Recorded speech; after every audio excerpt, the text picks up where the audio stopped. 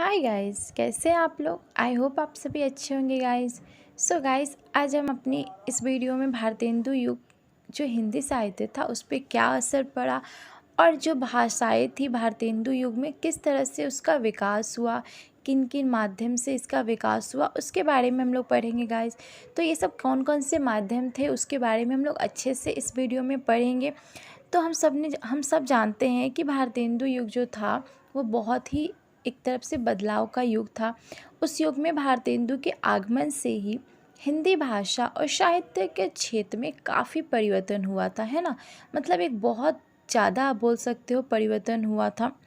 उन्होंने भाषा और साहित्य को एक नई राह दिखाई और इसका सबसे प्रमुख जो श्रेय है उस किसको जाता है, तो भारतेंदु जी को जाता है। उनके द्वारा ही इस चीज़ का विकास हुआ।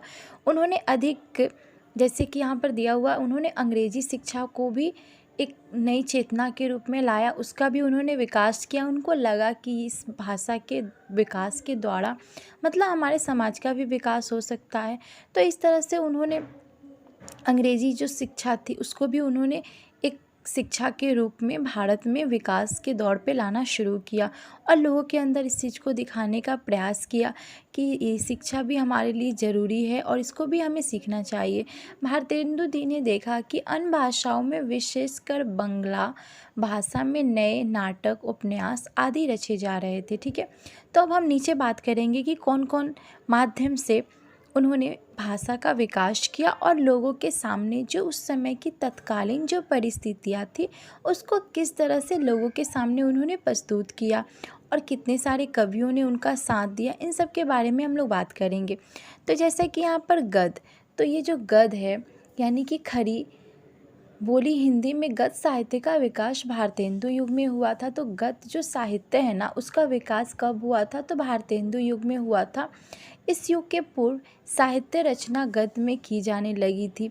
ब्रजभाषा में जो भी रचनाएं पाई जाती थी वह मुख्य कृत्रिम, यानी कि यहाँ पर अगर हम लोग सही से देखें तो इसका जो पूरा जुड़ाव है वो एक तरफ से नाटक के द्वारा, उपन्यास के द्वारा, कहानी के द्वारा, निबंध के द्वारा, इन सब चीज़ों के द्वारा उन्होंने अपनी रचनाओं को प्रस्तुत किया, आम जनता के सामने दिखाया। उसमें उन्होंने इस तरह से लोगों को दिखाया कि समाज में जो उस समय का जो दर्पण है उसको उन्होंने एक बहुत ही अच्छे माध्यम से आप बोल सकते हो प्रस्तुत करना शुरू किया।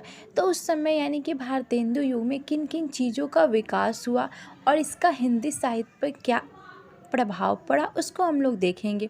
तो पहला जैसे यहाँ पर दिया गया है नाटक के द्वारा, तो भारतेंदु युग में नाटक का विकास बहुत तेज़ी से हुआ था। आधुनिक हिंदी जो साहित्य था उसके प्रवर्तक नाटकों से ही शुरू हुआ था। सबसे पहले तो ब्रजभाषा में कुछ नाटक लिखे गए, यानी कि सबसे पहले ब्रजभाषा में कुछ नाटक लिखे गए और बाद में इसको अनुवाद करके यानी खड़ी बोली में उसको बदल दिया। और स्वयं जो हमारे भारतेंदु जी थे उन्होंने बंगाल में विद्या सुंदर नामक जो नाटक है, आप इसका नाम याद कर सकते हो कि इन्होंने ही बंगाल में इसको अनुवाद किया था। और इसके बाद इन्होंने बहुत सारे नाटक ऐसे लिखे जो कि बहुत प्रसिद्ध है और इनका सबसे प्रसिद्ध जो नाटक है तो वो है हमारा जो यहाँ पर दिया हुआ है, जैसे कि वैदिक हिंसा हिंसा परम। तो ये इनका सबसे प्रमुख नाटक आप बोल सकते हो। और इनका दूसरा जो नाटक है भारत दुर्दशा। तो इस तरह के इन्होंने बहुत नाटक लिखे उस समय। ये सब यहाँ पर उनके सभी लिस्ट दिए गए हैं, आप इन सभी को लिख सकते हो। यहाँ पर बहुत अच्छे से इसको समझाया गया है, सभी जो इनके नाटक दिए गए हैं आप इन सभी को लिख सकते हो। तो इन्होंने नाटक का सहारा लिया लोगों के सामने उस समय की जो तत्कालीन परिस्थितियाँ थी उसको समझाने के लिए। तो आप इसको लिख सकते हो कि नाटक का विकास जो था वो भारतेंदु युग में बहुत तेज़ी से हुआ या लोगों ने इसको बहुत पसंद किया। और भी आप यहाँ पर लिख सकते हो कि भारतेंदु की प्रेरणा से ही तत्कालीन सभी लेखकों ने नाटक की रचना की, यानी कि भारतेंदु जी के इस प्रयास को देखकर बाकी जो भी प्रसिद्ध लेखक थे उन्होंने भी नाटक का सहारा लिया अपनी रचनाओं को प्रस्तुत करने के लिए।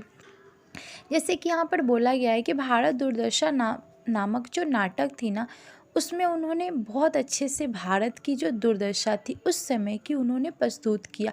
एक अलग ही नज़रे से उन्होंने मतलब लोगों के सामने उस चीज़ को दिखाया और लोगों ने इस नाटक को बहुत ज़्यादा पसंद भी किया।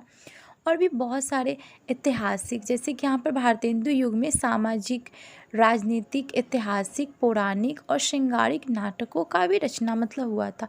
यानी कि बहुत सारे ऐतिहासिक रचनाएं भी रची गई और उसको नाटक के द्वारा लोगों के सामने प्रस्तुत किया जाने लगा। तो नाटक का बहुत ही ज़्यादा महत्वपूर्ण आप बोल सकते हो भारतेंदु युग में रहा गद्य साहित्य के रूप में। ठीक है, अब नेक्स्ट हम देखते हैं कि हमारा अगला हमारा क्या है। तो वो है हमारा, जैसे यहाँ पर दिया है कहानी। सो गाइज अब हम देखेंगे कि जो कहानी थी, कहानी के द्वारा भी किस तरह से लोगों ने कहानी के द्वारा भी रचनाओं को पसंद किया और इसका भी किस तरह से भारतेंदु युग में विकास हुआ था उसको हम लोग देखेंगे। तो पहले का अगर हम लोग इतिहास पढ़ते हैं, यानी बहुत पहले का, जिस समय लोगों को लिखना पढ़ना नहीं आता था, यानी बहुत ही कम लोग शिक्षित हुआ करते थे, तो उस समय जो लोग थे यानी कि वो मौखिक, जैसे कि यहाँ पर दिया हुआ है कि भारत में कथा संख्या, यानी कि जो कथा जो होती थी ना मौखिक के रूप में काफ़ी विकसित थी। लोगों को मतलब लोग जो थे वो मौखिक भाषा के द्वारा ही कहानियों को एक काल्पनिक रूप से, यानी कि बहुत सारी कहानियाँ तो काल्पनिक होती थी, कुछ कहानियाँ ही सच्ची होती थी, तो वो अपने मौखिक भाषा के द्वारा मतलब वो लोगों को सुनाते थे और उस समय यह बहुत ही प्रचलित थी।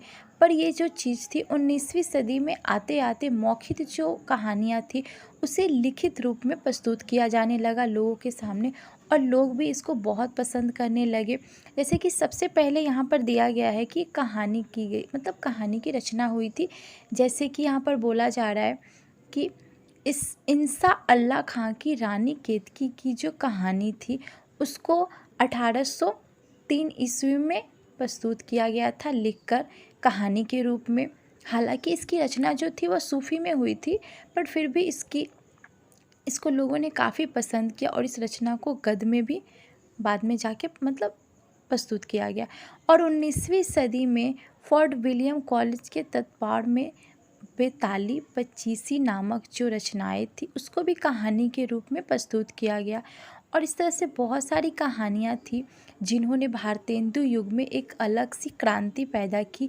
लोगों को, जो रचनाकार थे, जो लेखक थे, उन्होंने बहुत सारी कहानियों को प्रस्तुत किया। पहले लोग कहानियों को बोलकर सुनाते थे और उसके बाद कहानी को लिखा जाने लगा, उसको एक अलग ही नज़रे से लोगों के सामने प्रस्तुत किया जाने लगा और लोग उसको काफ़ी पसंद भी करने लगे।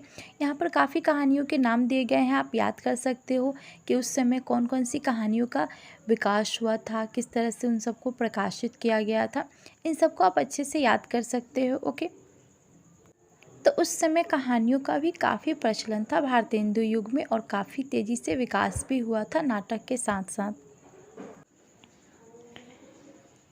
तो अब हम अपना अगला यानी कि उपन्यास के द्वारा भी उस समय समाज में लोगों के सामने मतलब उपन्यास के द्वारा भी बहुत सारी रचनाओं को प्रस्तुत किया जाने लगा और ये भी काफ़ी लोकप्रिय।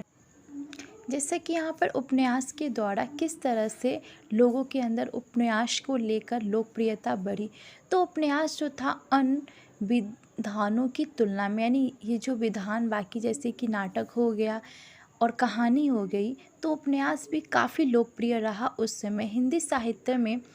हिंदी साहित्य की जो दृष्टि से अगर हम लोग देखते हैं तो उपन्यास लोगों में बहुत ही लोकप्रिय रहा उन समय में। जो लोग हिंदी नहीं भी जानते थे उन्होंने भी हिंदी सीखना शुरू किया, इसलिए क्योंकि उन्हें उपन्यास पढ़ना था। उपन्यास एक तरफ से इतना लोकप्रिय हो गया था कि अलग अलग लोग जो थे वो हिंदी सीखने लगे और इस चीज़ को पढ़ने के लिए उन्होंने बहुत सारी चीज़ों को करना शुरू किया। जैसे कि अब इसका उद्देश्य क्या था, यानी कि उपन्यास जो लिखे जाते थे तो उसका मुख्य उद्देश्य भी होता था, जैसे कि यहाँ पर शुद्ध मनोरंजन के लिए लिखा जाता था और लोग एक तरफ से आप बोल सकते हो मनोरंजन या फिर उस समय की जो तत्कालीन परिस्थितियाँ थी उसे एक उपन्यास के द्वारा लोगों के सामने प्रस्तुत किया जाने लगा और लोग इसको काफ़ी पसंद करने लगे। जैसे कि यहाँ पर दिया गया है कि जो उस समय सबसे प्रचलित जो उपन्यास था, जैसे कि चंद्रकांता, ठीक है, उस समय बहुत ही प्रसिद्ध और लोकप्रिय उपन्यास था। और दूसरा जैसे चंद्रकांता सती उन दिनों बहुत लोकप्रिय था, लोग इसको बहुत पसंद करते थे। और भी बहुत सारी उस समय के उपन्यास थे, जैसे कि संवेदन स्वदेश प्रधान सामाजिक उपन्यासों की शुरुआत, जैसे कि देवरानी जेठानी की कहानी, जो कि 1870 ईस्वी में इसको प्रकाशित किया गया था और लोगों ने भी इसको बहुत पसंद किया। और भी बहुत सारी उस समय उपन्यास रचे गए और सबसे उस समय के जो और उस समय बहुत ही लोकप्रिय उपन्यासकार भी हुए, जैसे कि आप सबसे प्रमुख देख सकते हो उस समय उपन्यासकार में सबसे महत्व बोला जाता है हमारे प्रेमचंद जी को। मुंशी प्रेमचंद जी को उपन्यासकार का सम्राट बोला जाता है। उन्होंने बहुत सारे उपन्यासकार लिखे हैं, इतनी अच्छी अच्छी उपन्यास उनकी जो अभी भी लोग पढ़ते हैं और बहुत उसको पसंद भी करते हैं। जैसे कि उनकी प्रमुख, जैसे आप बोल सकते हो निर्मला तो बहुत अच्छी किताब है, उसको मैंने भी पढ़ी है, बहुत अच्छे उसमें उस चीज़ों को सिखाया गया है। मतलब उस समय की जो तत्कालीन परिस्थितियाँ थी, किस तरह से लड़कियों का जीवन होता था, उन सब चीज़ों को उन्होंने अपनी इस उपन्यास में दिखाया है। अब जैसे आप यहाँ पर देख सकते हो कि पृथ्वीराज रासो, तो ये भी एक बहुत ही प्रसिद्ध उपन्यासकार है, मतलब उपन्यास है जिसे उस समय लिखा गया था। पंजाब पतंग और भी बहुत सारे उपन्यास उस समय रचे गए थे और लोग इस सब चीज़ को बहुत पसंद भी कर रहे थे। अब हम अपने अगले पॉइंट पे जाएंगे, जो कि हमारा निबंध है। तो निबंध के द्वारा भारतेंदु युग में किस तरह से विकास किया गया रचनाओं को, उसको हम लोग देखेंगे। तो निबंध जो विधा थी ना, तो उसकी शुरुआत भारतेंदु युग में भी हुई थी। तो ये निबंध का भी शुरुआत भारतेंदु युग में हुआ था। और भारतेंदु जी जो थे वह स्वयं ही एक बहुत ही अच्छे निबंधकार थे और उनके अलावा भी बहुत सारे ऐसे लेखक थे जो बहुत अच्छी निबंध लिखते थे। और भारतेंदु जी ने तो बहुत सारी ऐसी रचनाएं या ऐसे निबंध लिखे जो कि लोगों को बहुत पसंद भी आए और उन्होंने एक पत्रिका में उस समय कार्य किया या फिर उसको शुरू किया। जैसे कि यहाँ पर बोला जा रहा है कि कवि वचन सुधा पत्रिका जो थी वो भारतेंदु जी ने शुरू की थी और 1868 ईस्वी में इसको शुरू किया गया था। और इसके अलावा भी इन्होंने बहुत सारी ऐसी पत्रिकाओं में भी काम किया जो कि जिससे साहित्य के क्षेत्र में बहुत ज़्यादा विकास हुआ और लेखन जो कार्य था वो बहुत ही तेज़ी से और बढ़ने लगा।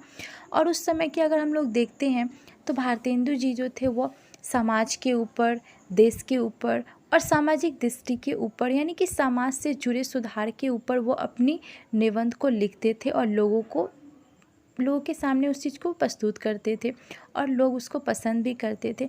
अब भारतेंदु युग में जो प्रमुख निबंधकार थे वो हमारे थे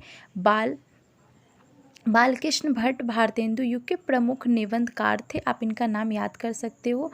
और इन्होंने लगभग 1000 निबंध लिखे और ये सभी जो निबंध थे वो किसके ऊपर थे, तो उन्होंने धर्म के ऊपर निबंध लिखा, समाज के ऊपर, संस्कृति के ऊपर, साहित्य, रीति प्रधान आदि विषयों को उन्होंने निबंध के रूप में प्रस्तुत किया। मतलब निबंध के द्वारा उन्होंने लोगों के सामने प्रस्तुत किया इन सब रचनाओं को, बोल सकते हो आप। और भी बहुत सारे निबंध उस समय या रचे गए, आप बोल सकते हो। तो ये हमारा जो निबंध का जो दौर था, यानी कि भारतेंदु युग में निबंध को भी लोगों ने बहुत पसंद किया और ये भी एक बहुत ही तेज़ी के साथ मतलब समाज में फैलने लगा। गाइस, इस वीडियो में हम लोगों ने देखा कि हिंदी साहित्य में किस तरह से जो भारतेंदु युग था उस समय हिंदी भाषाओं को किस तरह से विकास किया जाने लगा और किन किन माध्यम से उस समय जो हिंदी का जो साहित्य था वो किस तरह से विकास हुआ। तो इन सब चीज़ों को हम लोगों ने पढ़ा कि कहानी के द्वारा, उपन्यास के द्वारा, निबंध के द्वारा, नाटक के द्वारा किस तरह से भारतेंदु युग में इन सब चीज़ों का विकास हुआ, उसके बारे में हम लोगों ने पढ़ा।